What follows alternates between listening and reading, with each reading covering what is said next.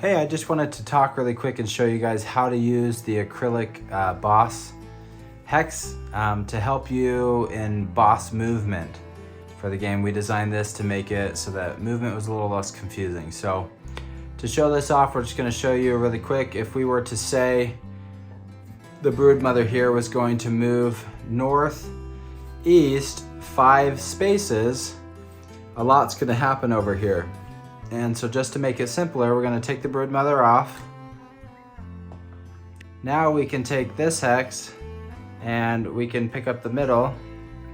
Then we can take this and move this pointing in the direction of movement and move it 5. So if we said 1, 2, 3, 4, 5. So we know it's going to land here right by the tree. So we know that the tree is not going to be around anymore because the broodmother would have destroyed it. And then now we know, since the hex is right here, that the penitent is going to need to move. And we can see all the hexes that are surrounding this is going to be where the broodmother would be. So since the penitent isn't able to move north, we're going to move the penitent northwest to follow the rule of north and west. So now we would see the direction of movement that the broodmother just traveled. So then we could place this over the top, and it's only going to allow us to place it because of these little teeth in the direction it's supposed to be. So now we know that the broodmother is facing in this direction, so we can use the indicator on the front to place the broodmother facing in that direction. And so now all the complication that would have existed trying to count spaces and move things and then not lose where you were, this can just help you to know where you were. So now, really quick, if we said, let's say again, she's going to run into an edge if we go this way. So now let's say that the broodmother is going to move northwest 7 spaces.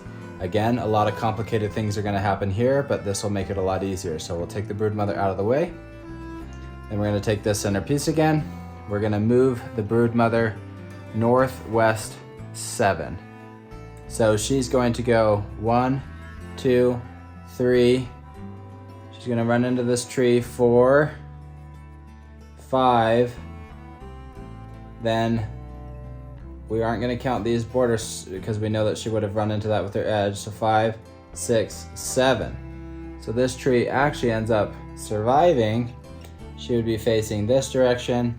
We know that this tree survived because there's a surrounding hex, but this tree now will not have survived. So this would be gone. We can move this hex over to here,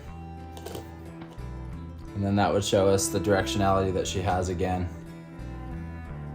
And if it said, let's say, move her that many spaces and have her face the nearest target, then we could have, we could point this in the direction of the nearest Oathsworn instead, going like this.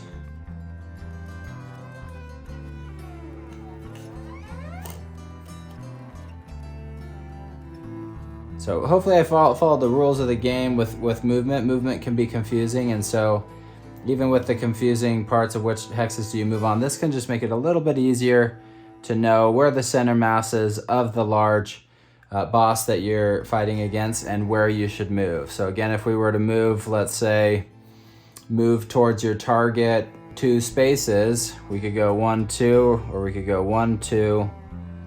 And so north would win out, so we'd go 1, 2. So we would go 1, because that would bring it in proximity, so it would only need to move 1 and face the target this way, because we know that it's going to have a border around it. So we can move this hex, which marks where they left, so you don't lose track of that. And then this would be facing towards our target. That would mean that this tree can't survive anymore, so the tree would be gone. This would be able to be placed here. So it just helps as it's moving around to know where Oathsworn should go, where obstacles should go. And then one of the things we really wanted to do with it is, as you can see now, you can almost not even see the hex anymore. So it doesn't interrupt visualizing the art underneath. It allows you to see all the art still. Makes it a lot easier to move the boss around the map. Moving Oathsworn out of the way, if there were mob minions, then it would be easier to move them as well. So hopefully that explained how to use it and makes it make a little bit more sense. And hopefully, especially, it makes it so that movement for you is even easier in the future. So just wanted to show that off and show you guys how to use it. Thanks so much.